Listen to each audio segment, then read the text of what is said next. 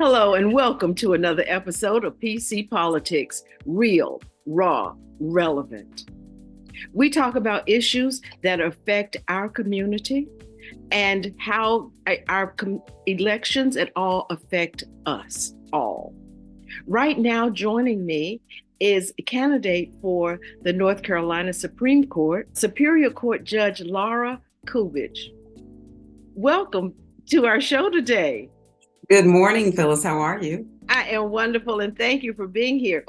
Before we go on and we talk about your background, I would like you, if you could first of all explain to us the structure of the courts, and what's the difference in the Superior and the Supreme Court.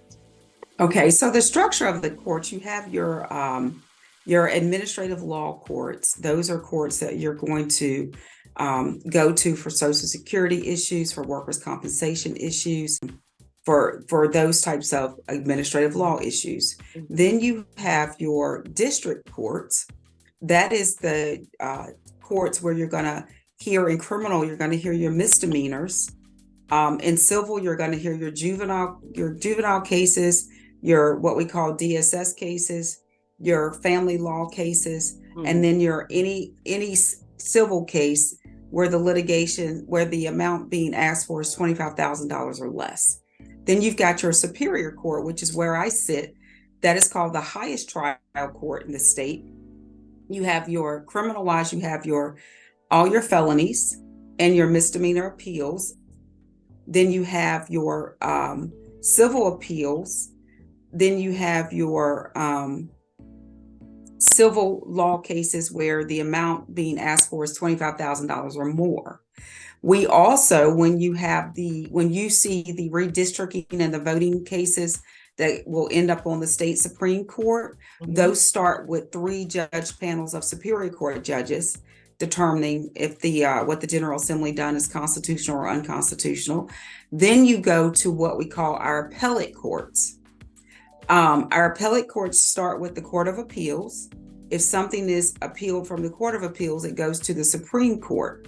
The difference between your trial courts and your appellate courts is your trial courts hear facts of a case. Okay. So when all of your people that are not in the court system always want to know, well, what happened in that case? Well, you always going to look to your trial court levels, your district court and your superior court for that.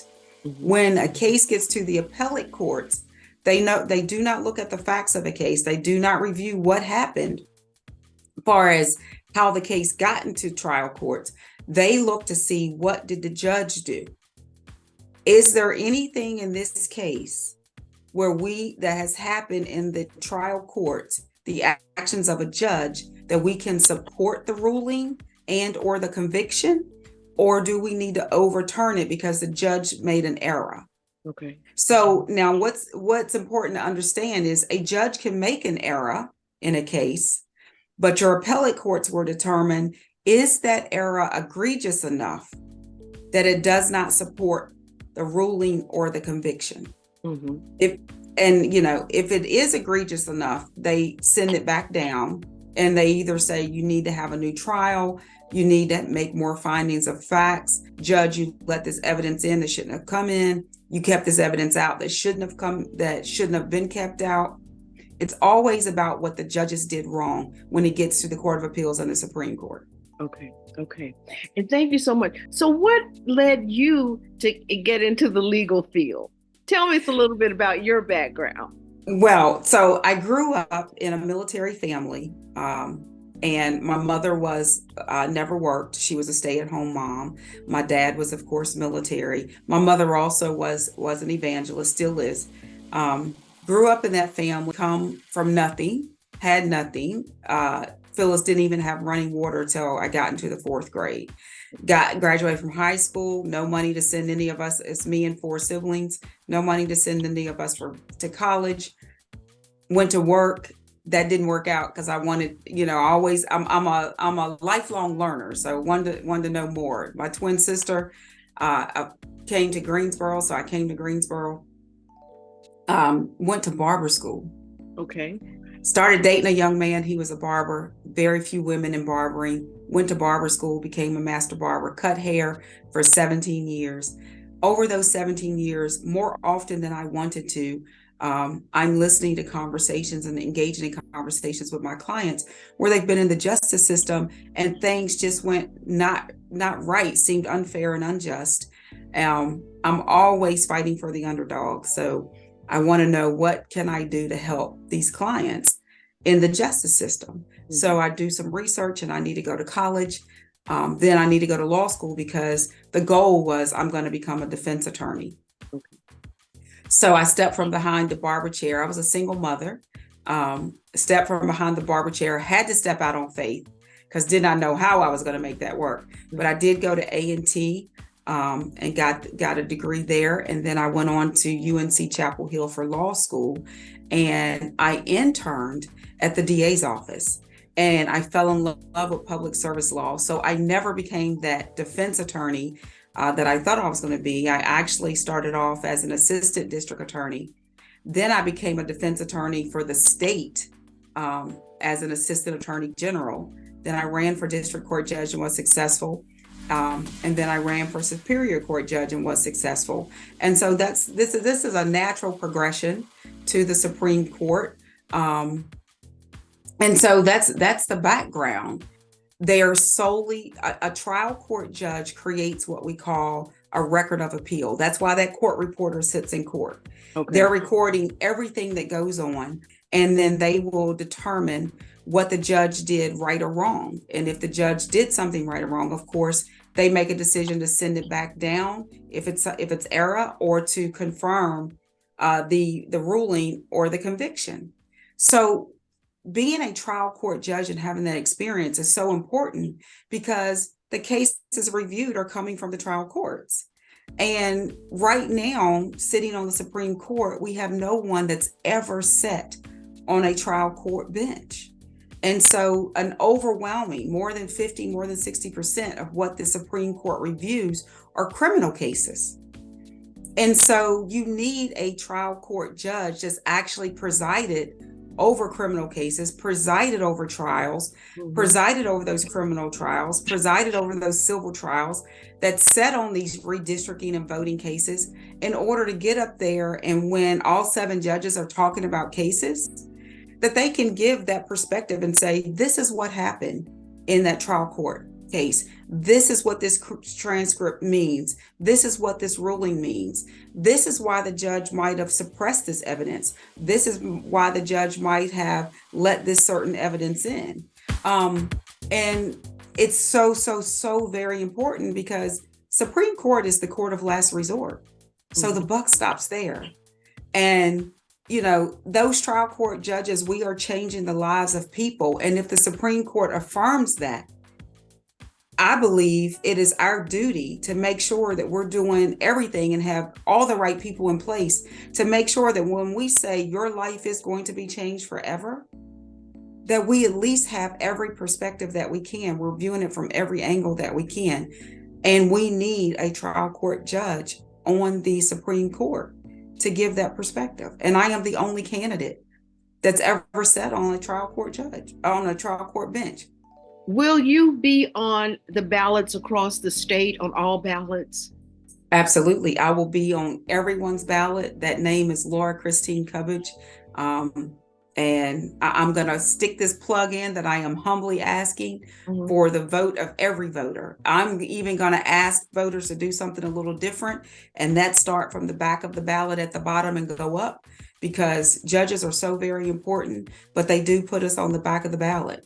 And so I don't want anyone to go in and vote for president and think that they're done. You absolutely have to vote that whole ballot front and back, up and down. Are these partisan races?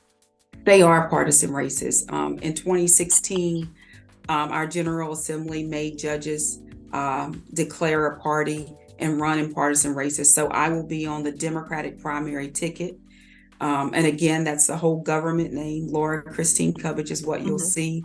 And this primary will decide who goes from the primary to the general. And I believe I am the only candidate that can win this race in the primary and then in the general. And we know it's going to be a battle. It's going to be a battle for this Supreme Court seat in the general. And our Republican colleagues, they've started a long ago. And as we know, in 2020, when I ran for Court of Appeals, the Republicans swept, and then they swept again in 2022. Now, I will say this, in 2020, I was the last candidate to come out on filing day. I was the first Democrat, the first woman, the first Black to file on filing day in 2020. And I also was the top vote getter. So I know my electability. I know I resonate with the voters. My story resonates with the voters, my experience resonates with the voters. And so that's why I feel, and the numbers. Phyllis, let's just talk about the sheer numbers. The numbers will show the electability of candidates based across all factors, based across the experience and the electability. It even will break it. You can even see the numbers, regarding the race of each candidate. And candidates of color do well in election. And that's why that's one of the factors that I believe will help get me across the line in the general. Gender will help get me across the line in the general. Experience and expertise will help get me across the line in the general. So again, I believe I'm the only candidate for this seat. You mentioned your website and you mentioned your social media. Could you give us that website, please, and your social media handle? Yes, ma'am. The website is Cubbage, Cubbage, the number 4, ncsupreme.com. That's Cubbage, the number 4, ncsupreme.com. And then all social media handles are public, and all social media handles are Judge Lora Cubbage, or Lora Cubbage for NC Supreme Court, or Lora Cubbage for Judge. So you can Google Lora Cubbage and all those social media handles are going to come up. Excellent. Before we go, is there anything else that you would like voters to know about you and about your business? I would. So Phyllis, the last thing I'll say to the voters is you want a justice on your Supreme Court that has the expertise and the experience. And you also want a justice that can bring something unique to the Supreme Court that's not there. And then you also want a justice that has some personal experience with the issues so they can understand it from the inside out. I am the only judge and the only candidate in this race that has that. And that's why I say to everyone, I'm not just a candidate, rather I'm a stakeholder. Why am I a stakeholder? Because my personal experience, I'm a product of public schools. I'm a product of a HBCU. I'm a product of access to voting. I sit in a Superior Court seat now that the NAACP in 1987 fought tooth and nail to make happen so that we can have racial equity in our courts. I'm the only candidate that can bring racial equity. And we know our beloved Anita Earls has fought tooth and nail for the last year and a half on noting and calling out that there's no racial equity on our courts.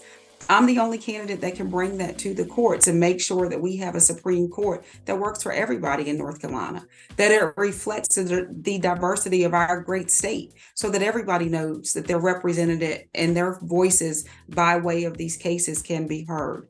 I've lived through everything that's on the ballot. I lived in a community where I was one of the members that fought tooth and nail to fight the city from expanding a landfill that they already had in our backyard. So I know the environmental issues. I know environmental law.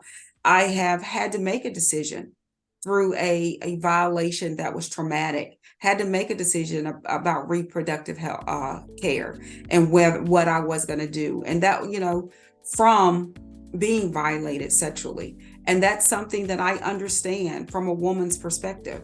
I understand, of course, redistricting and voting. I've sat on those cases as a Superior Court judge, but of course we live that, right? It's our districts, the Black and brown community, whose districts get cut up and I went to A&T where they split that campus in half, and I was one of the proponents that helped fight to get A&T as an early voting site that happens this year.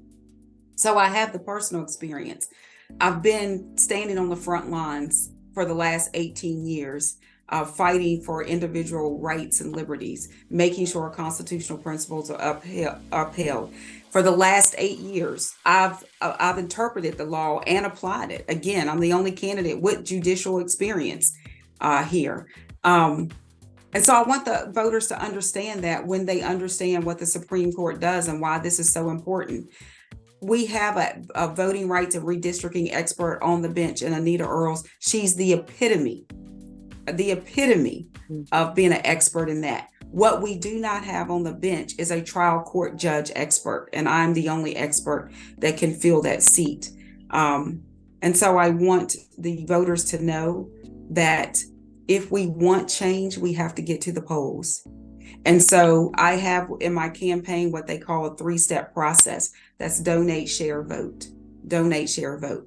You must donate if you want change, because money equals messaging. And that's just the reality of it. If you want to help in this campaign, but you just cannot donate, then you absolutely can share. You can share my name. You can share my website. You can share my social media handles. You can tout me across the board, right? And then what you absolutely can and must do is vote. Mm-hmm. And I say to everybody, don't vote alone. If your car holds 4 people, you're driving, make sure those other 3 seats are filled. Take everybody that you can to the polls. We always say it's the most critical election, but Phyllis, that's because it's always true. And everything that's on that ballot, I represent, and I want to see come out in a fair, unbiased, and equitable manner. And in order to ensure that, I need the votes across this state to get me through the primaries. And so I want the voters to know that, and I want the voters to understand and look up. Here's another thing I want to say to the voters, if I can. Okay. I know that we're talking about redistricting and voting in this election cycle, because that's the message that the party has decided will hopefully fire up the base. But when it comes to that message is mostly for our General Assembly candidates, because what I want the voters to understand is in 2023, the Supreme Court made decisions on 895 cases, and only one of them had anything to do with voting and redistricting. One case. Mm-hmm. And that case then went to the federal courts, and our federal courts just held last week that they're not going to block those maps. Mm-hmm. And why that's important is because while that's the sexy talk and that's the stump speech for a lot of candidates, redistricting only comes up for the state Supreme Court once every 10 years. And then it's only one case. So don't let what we're going, our sexy talk of the election that we want to fire up the base make you think that when it comes to the Supreme Court, that's what the Supreme Court does a lot of. It's not even 1% of what the Supreme Court does. Overwhelmingly, the Supreme Court hears and reviews criminal cases, and then they review those civil cases. That's the next majority. And then we're talking about, then we have one redistricting every 10 years. We have one voting rights case every 3, 4, 5 years. So we need a trial court judge on that bench. And so, again, I want you guys to vote. I'm asking for your vote for Lora Cubbage on March the 5th. And when does early voting start? Early voting starts February the 15th.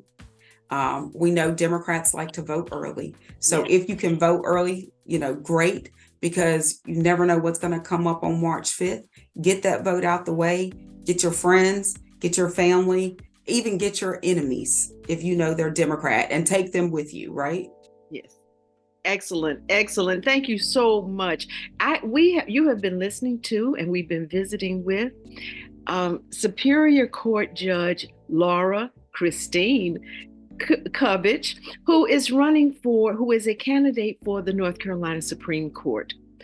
Thank you so much for watching PC Politics. I'm Phyllis Coley. I'm your host. And until next time, see ya.